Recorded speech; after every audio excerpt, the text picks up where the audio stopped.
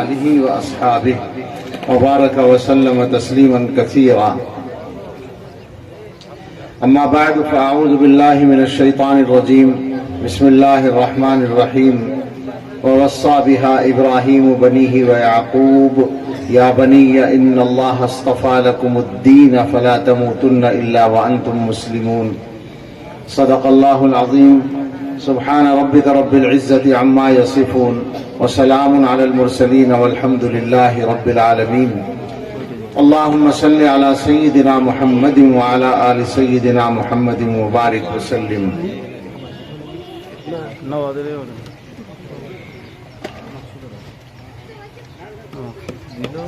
اس وقت بہت سی باتیں آپ حضرات کی خدمت میں عرض کی جا سکتی ہیں، لیکن تقدیری بات یہ ہے کہ وقت تنگ ہے، تقاضا ہے سفر کا، اور یہ بھی امید ہے کہ اور علماء کرام موجود ہیں، وہ انشاءاللہ بیان کریں گے. کچھ بیان ہو بھی چکے ہیں اور جلسے کا فائدہ آپ کو حاصل ہوگا. اس طرح کے جو پروگرام مدرسوں کے ہوتے ہیں، ویسے تو ہم مسلمانوں کا معاملہ کچھ ایسا ہے کہ ہم جو بھی کام کرتے ہیں وہ عام طور سے رسم کی شکل بن جاتے ہیں اور رسمی طور پر ہم کام کرتے چلے جاتے ہیں. جیسے مدرسوں کے جلسے بھی عام طور پر اسی کا شکار ہیں، خصوصاً جہاں سالانہ پابندی سے جلسے ہوتے ہیں تو ایک خاص ڈھرا ہے جلسوں کا، خاص نہج ہے، اس کے مطابق جلسے چلتے ہیں. لیکن جو صحیح بات ہے وہ یہ ہے کہ اس طرح کے جلسے اگر ہم نیت کو صحیح کر لیں تو بہت زیادہ مفید ہو سکتے ہیں. ہندوستان میں یا ہندوستان سے باہر بھی مسلمانوں کے ساتھ دینی رابطے کا، خاص طور سے علماء کے رابطے کا، یہ سب سے عمومی ذریعہ ہے مدرسوں کے جلسے، اور ان کے ذریعے سے مسلمانوں تک پیغام پہنچتا ہے. بس یہ ضرورت ہے کہ ہم سب اپنی نیتیں صحیح رکھیں. علماء اور خاص طور سے مدرسوں کے ذمہ دار جو جلسے منعقد، بہت سے علماء موجود ہیں، میرا ذہن اس لیے اس طرف چل پڑا ہے کہ ہم سب اپنے اپنے کاموں کے سلسلے میں انما الاعمال بالنیات کی جو تفصیلات ہم لوگ جانتے ہیں اور مزید غور کر کے سمجھ سکتے ہیں ان کو سامنے رکھیں. مقصد یہ ہو کہ یہ جو تحریک مدرسہ ہے، یہ جو نظام مدرسہ ہے، ہمارے عمل سے یہ مضبوط ہو، اس کو تقویت ملے اور مسلمانوں تک صحیح پیغام پہنچے. آپ لوگوں کو بھی یہ نیت رکھنی چاہیے کہ علماء سے کچھ حاصل کریں، مدرسے کے جلسے میں جائیں تو مدرسے کے سلسلے میں بھی کچھ ہمیں معلومات ہوں، مدرسے کی کارگزاری سامنے آئے اور اس کے بعد علماء جو کہیں اس پیغام کو ہم محفوظ کریں.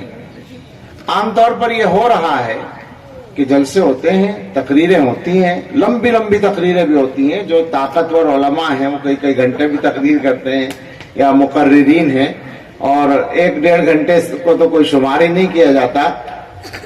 میں نے دیکھا ہے بعض مقررین کی زبان سے خود سنا ہے کہ وہ یہ کہتے ہیں کہ 2.5 گھنٹے بول کر تو ہماری بیٹری چارج ہوتی ہے.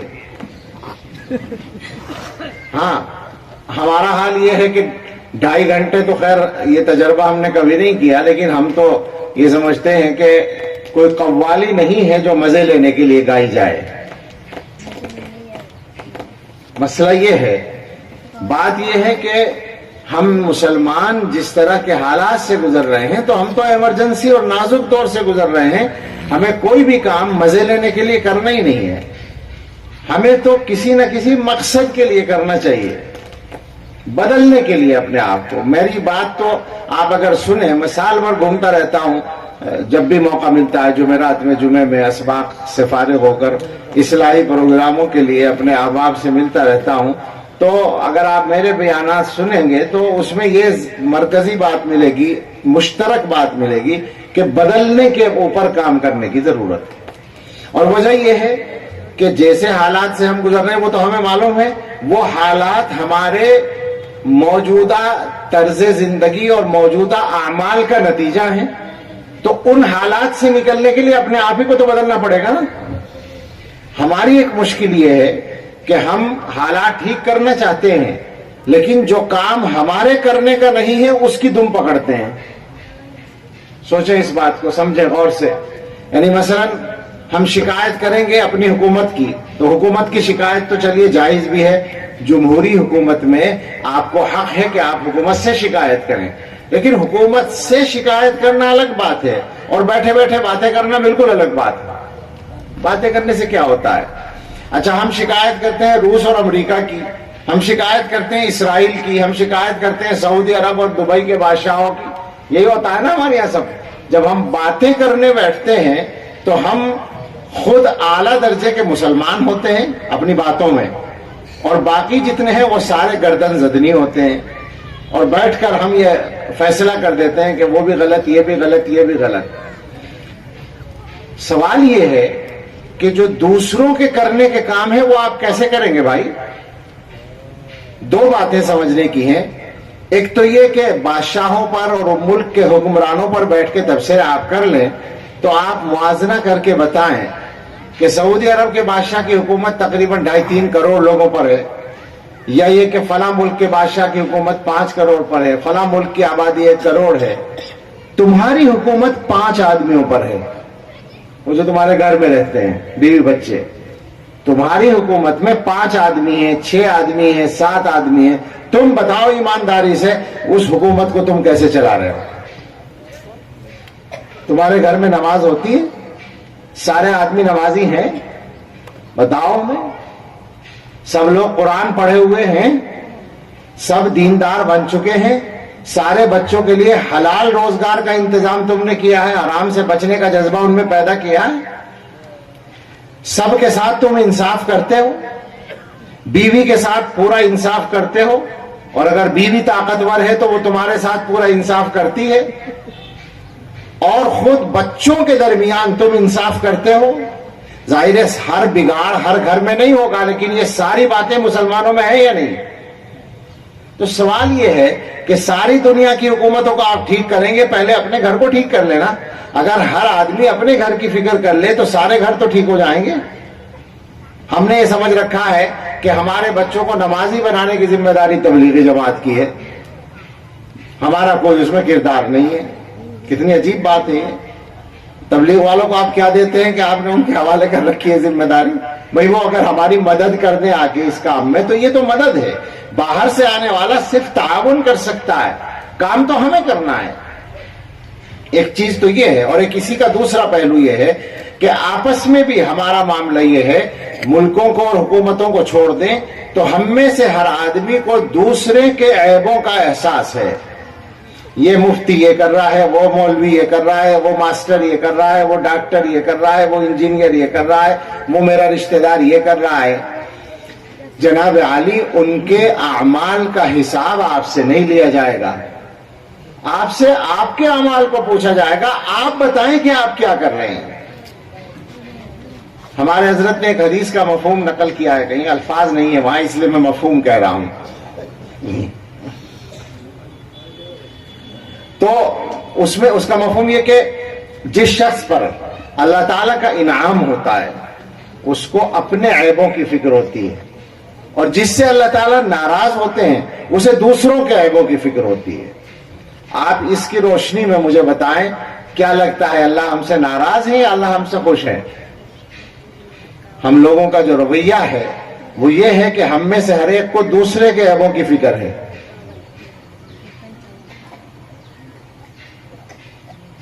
یہ کاہے کی پہچان ہے؟ اللہ کے ناراض ہونے کی۔ اور فائدہ جو اس کے کرنے کا کام ہے وہ آپ نہیں کر سکتے۔ ایک کام کر سکتے ہیں وہ ہم کرتے نہیں ہیں، دوسرے کی اصلاح کی فکر کر سکتے ہیں۔ دوسرے کے تعلق سے جو ہماری ذمہ داری بنتی ہے وہ اتنی بنتی ہے، اپنے مسلمان بھائی کو اگر ہم دیکھیں کہ وہ غلطی کر رہا ہے، گناہ کر رہا ہے، تو اس کی اصلاح کی فکر کر سکتے ہیں، مگر اصلاح کے لیے غیبتیں نہیں کی جاتی، اصلاح کے لیے تبصرے نہیں کیے جاتے، اصلاح کے لیے طنز نہیں کیے جاتے، اصلاح کے لیے امر بالمعروف اور نہی عن المنکر ہوتا ہے، وہ ہم کرتے نہیں۔ جو کرنے کا کام ہے وہ نہیں کرتے، اور جو نہیں کرنے کا کام ہے وہ کرتے ہیں۔ کسی دوسرے کی برائی پیٹ پیچھے بیان کرنا غیبت ہے، اس کا مطلب یہ ہے وہ برائی اس میں ہے، سچی بات ہے، سچی بات بیان کرنا حرام ہے کسی کی برائی میں۔ جھوٹی بات بیان کرنا کتنا خطرناک گناہ ہوگا۔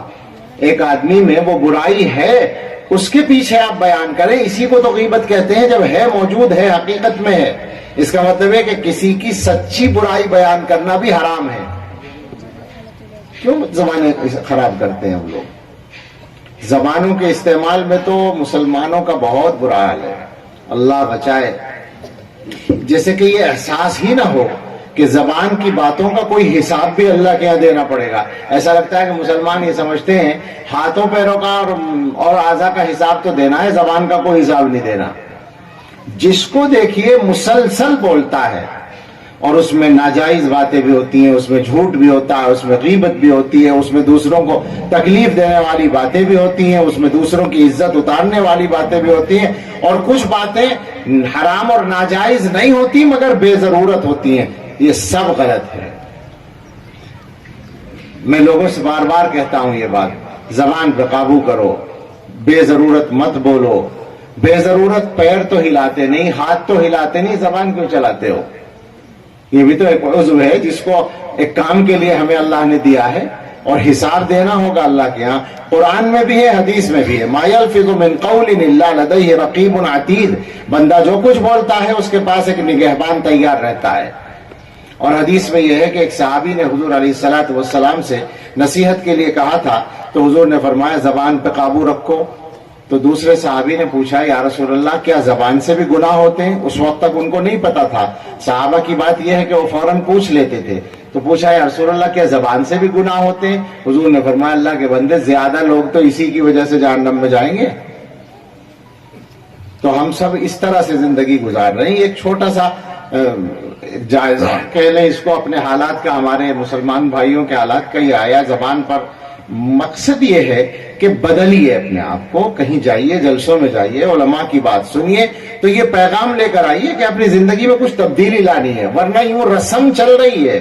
ہم نے جلسہ کر لیا، آپ نے سن لیا، آپ نے سبحان اللہ کہہ دیا، آپ نے داد دے دی، فلاں مقرر بہت اچھی تقریر کر کے گیا ہے، مدرسے والوں نے بہت اچھا انتظام کیا ہے، یہ سب باتیں کر کے بات ختم ہو جاتی ہے۔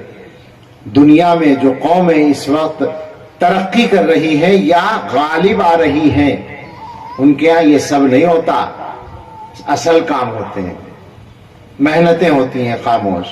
مسلمانوں نے تو عجیب رویے اختیار کیے ہیں، رات کو دیر سے سوئیں گے، صبح کو جلدی دیر سے اٹھیں گے، اور بالکل الٹا ہو گیا ہے۔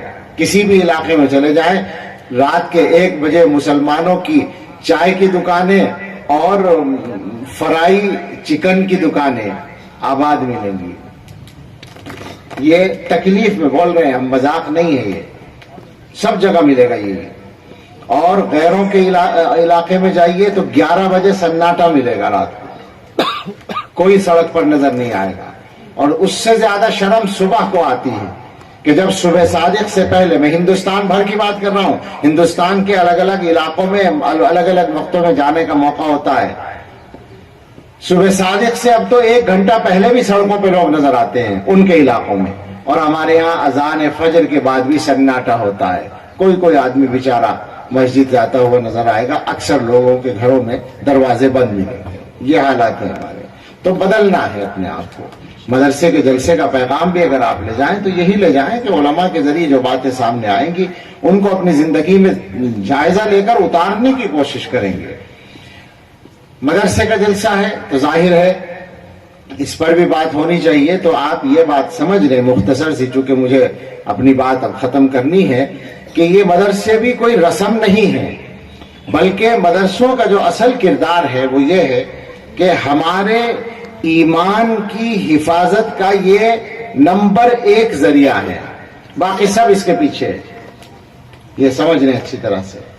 تاریخ یہ بتاتی ہے، قرآن و حدیث میں جو چیزیں آئی ہیں وہ تو اپنی جگہ ہیں ہی، انہی سے یہ پتا چلا کہ مسلمانوں نے اپنے دین پر قائم رہنے کے لیے یہ گویا محنتیں کی ہیں۔ تاریخ یہ بتاتی ہے کہ قرآن و حدیث کی روشنی میں مسلمانوں کی یہ محنت کارگر ہے، اور جہاں جہاں دین کی تعلیم کا نظام تسلسل کے ساتھ باقی رہا ہے وہاں ایمان کا تسلسل بھی باقی رہا، ایمان ختم نہیں ہوا، اور جہاں یہ سلسلہ ٹوٹا ہے وہاں ایمان کا سلسلہ بھی ٹوٹ گیا ہے۔ یہ تجربہ ہے تاریخ کا۔ اسپین میں تعلیم کا سلسلہ ٹوٹا ہے، دین کی تعلیم کا، مسلمان ختم ہو گئے۔ روس اور ترکی میں تعلیم کا سلسلہ ختم نہیں ہوا، جس طرح ہو سکا مدرسے چلائے، تعلیم دی ہے۔ حیرت ہوتی ہے، تہخانے بنا بنا کر ان کے اندر بچے اور استاد 6 مہینے اندر بند رہے اور قرآن یاد کرایا۔ ٹیلرنگ کے کارخانے بنا کے وہ جو حافظ صاحب ہیں وہ سلائی سکھانے بیٹھ گئے ہیں، اور بیٹھے بیٹھے زبانی قرآن یاد کرایا ہے، پورا قرآن سامنے ان کے قرآن رکھا ہوا نہیں، ایک ایک لفظ سکھایا ہے۔ حضرت نے دیکھا ہے کہ وہاں روس کے علاقے میں گئے تو حافظوں سے بعض جگہ ملاقات ہوئی، ظاہر ہے ہر جگہ ایک ہی کام نہیں ہوتا، کہیں ہوا ہوگا ایسا، تو وہاں پر لوگوں نے بتایا کہ یہ حافظ ہیں، اور پابندی جس زمانے میں تھی اسی زمانے میں حافظ بنے ہیں، آپ قرآن سنیں۔ قرآن سنا تو ان کو یاد تھا۔ پھر کسی نے قرآن سامنے رکھ کر کہا کہ آپ ان سے دیکھ کر سنیں، تو حضرت کہتے ہیں کہ ہم نے کہا بھائی جب حافظ ہے تو دیکھ کے سننے کی کیا ضرورت ہے؟ کہا نہیں آپ سنیے، پوچھئے ان سے کہ یہاں سے پڑھیں یہاں سے پڑھیں۔ اب وہ دیکھتے ہیں تو ان کو پتہ ہی نہیں ہے، دیکھ کر پڑھنا آتا ہی نہیں ہے، اور پورا قرآن یاد ہے۔ تو حضرت نے پوچھا بھائی یہ کیا قصہ ہے؟ تو پتہ چلا کہ انہوں نے اس طرح حفظ کیا ہے کہ حافظ صاحب نے سلائی کا کارخانہ کھول لیا، اب قینچی چل رہی ہے اور بٹن اور کاج ہو رہے ہیں اور مشین چل رہی ہے، اور وہ بیٹھے ہوئے ایک ایک لفظ، جیسے چڑیا اپنے بچے کے منہ میں دانے دیتی ہے، ایک ایک لفظ رٹوا رہے ہیں بیٹھ کر، اس طرح پورا قرآن یاد کرایا ہے۔ اور ترکی میں علماء نے ٹرینوں کی سیٹیں ریزرو کرا لی، روزانہ بیٹھے اپنے یہاں سے اور 3 گھنٹے کا سفر کریں اور پھر دوسری ٹرین میں بیٹھ کر واپس آ جائیں۔ یہ جو راستے کا سفر ہے اس میں پڑھا رہے ہیں قرآن، اس طرح پڑھایا۔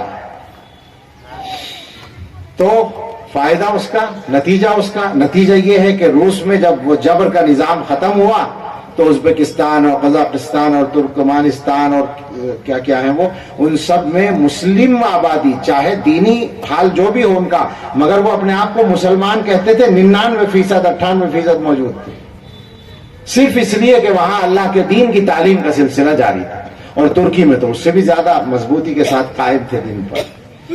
تو اس لیے آپ سمجھ لیں کہ یہ مدرسے اللہ کی کتنی بڑی نعمت ہے۔ ان مدرسوں کو محفوظ رکھنا، باقی رکھنا، مضبوط کرنا، یہ ہم سب کی ذمہ داری ہے، اور اس ذمہ داری میں 2 پہلو ہیں، ایک ہم لوگوں کا ہے جو مدرسے چلاتے ہیں، اور ایک آپ کا ہے۔ مدرسے چلانے والے علماء کا کام یہ ہے کہ چونکہ مدرسہ صحیح چلانا ضروری ہے باقی رکھنے کے لیے، تو صحیح چلائیے، دیانت کے ساتھ چلائیے، ذمہ داری کے احساس کے ساتھ چلائیے، اور انصاف کے ساتھ چلائیے۔ یہ ایک نظام ہے، ہر آدمی سے اس کے نظام کے متعلق سوال ہوگا، اس کی رعیت یعنی نگرانی میں جو نظام ہے اس کے متعلق سوال ہوگا، تو مدرسے کے ذمہ داروں سے اس کا سوال ہوگا۔ تو ہمیں مدرسے کو ٹھیک چلانا ہے، مدرسہ ٹھیک چلائیں گے تو مدرسہ باقی رہے گا انشاءاللہ۔ اور مسلمانوں کی ذمہ داری یہ بنتی ہے کہ مدرسے میں 2 کام کرنے ہیں، ایک تو مدرسے کا تعاون کرنا ہے، اور ایک مدرسے میں اپنے بچوں کو پڑھانا ہے۔ آپ اپنے بچوں کو جو چاہے مناتے ہو، ہمیں اس سے بحث نہیں ہے، مگر ہم یہ بتا دیں کہ آپ چاہے جتنے قابل ہو جائیں، اگر آپ کے بچے نے قرآن یا دین نہیں پڑھا ہے تو وہ بیکار ہے۔ صاف لفظوں میں سن لیں کہ اس کی کوئی قیمت نہیں ہے، اس لیے کہ آپ نے 25 سال اور 20 سال محنت کرا کے جو بچے کو ڈگری دلائی ہے، اس سے اگر نوکری ملی تو 50 سال کی روزی کا انتظام ہوگا، اور اس کے بعد وہ مر جائے گا۔ مرنے کے بعد جس زندگی سے واسطہ پڑے گا اس کی تیاری کے لیے یہاں آنا ضروری ہے، مدرسے میں آنا ضروری ہے، کوئی ہنسی کھیل نہیں ہے۔ میں بار بار آج کل ہر جگہ یہ لفظ بولتا ہوں قصداً کہ دین کی تعلیم، قرآن کی اتنی تعلیم اور دینیات کی اتنی تعلیم جس کی وجہ سے آدمی نماز روزہ صحیح کر سکے، فرائض و واجبات ادا کر سکے، ایمان کی تفصیلات اور عقائد کو جان سکے، اتنی تعلیم حاصل کرنا ہر مسلمان پر فرض عین ہے۔ یہ اختیاری نہیں ہے، کمپلسری ہے، یہ لازم ہے۔ آپ اگر اپنے بچوں کو اس لازمی تعلیم سے محروم رکھیں گے تو ان کا نقصان تو ہوگا ہی ہوگا، آپ کا اس سے پہلے نقصان ہوگا۔ قیامت میں پہلے وہ بچہ آپ کا دامن پکڑے گا، یہ حدیث میں موجود ہے صاحب، وہ پکڑے گا، وہ کہے گا اللہ سے کہ یہ باپ ہے جس نے مجھے نہیں سکھایا تھا، اس سے پوچھیے کیا جواب ہوگا وہاں۔ تو اس لیے اپنے حصے کا یہ کام کیجئے کہ اپنے بچوں کی دینی تعلیم و تربیت کی فکر کیجئے، اور ماشاءاللہ تعاون تو مسلمان کرتے ہیں، مسلمانوں کے چندوں سے مدرسے چلتے ہیں، کسی حکومت سے پیسہ نہیں ملتا، دنیا کے کسی ملک سے پیسہ نہیں آتا، ہندوستان بھر میں لاکھوں مدرسے جن کا سارا خرچ ملا کر کھربوں روپے بنتا ہے، یہی مسلمان پورا کرتا ہے۔ اللہ تعالیٰ نے اس کو یہ توفیق دی ہے کہ یہ اپنی پسینے کی کمائی جو ہے لا کے مدرسے کے معتمم کے ہاتھ میں دے دیتا ہے۔ یہ ہمت دی ہے اللہ نے مسلمان کو، یہ بھی ایک مستقل تاریخ ہے اور یہ اللہ کی توفیق ہے۔ اور یہ بات ذہن میں رکھیں کہ یہ کام جب تک کرتے رہیں گے مسلمانوں کو کوئی ختم نہیں کر سکتا۔ مسلمان لازمی طور پر باقی رہیں گے، اس لیے کہ دین کو باقی رہنا ہے۔ دین کے باقی رہنے کے سلسلے میں ہم اپنا حصہ لگائیں گے تو انشاءاللہ ہم بھی باقی رہیں گے اور انشاءاللہ قیامت تک باقی رہیں گے۔ اللہ ہمیں سب کو توفیق عطا فرمائے اور اس مدرسے کو ترقی اور قبولیت اور آسانی عطا فرمائے، آمین۔ وآخر دعوانا ان الحمدللہ رب العالمین۔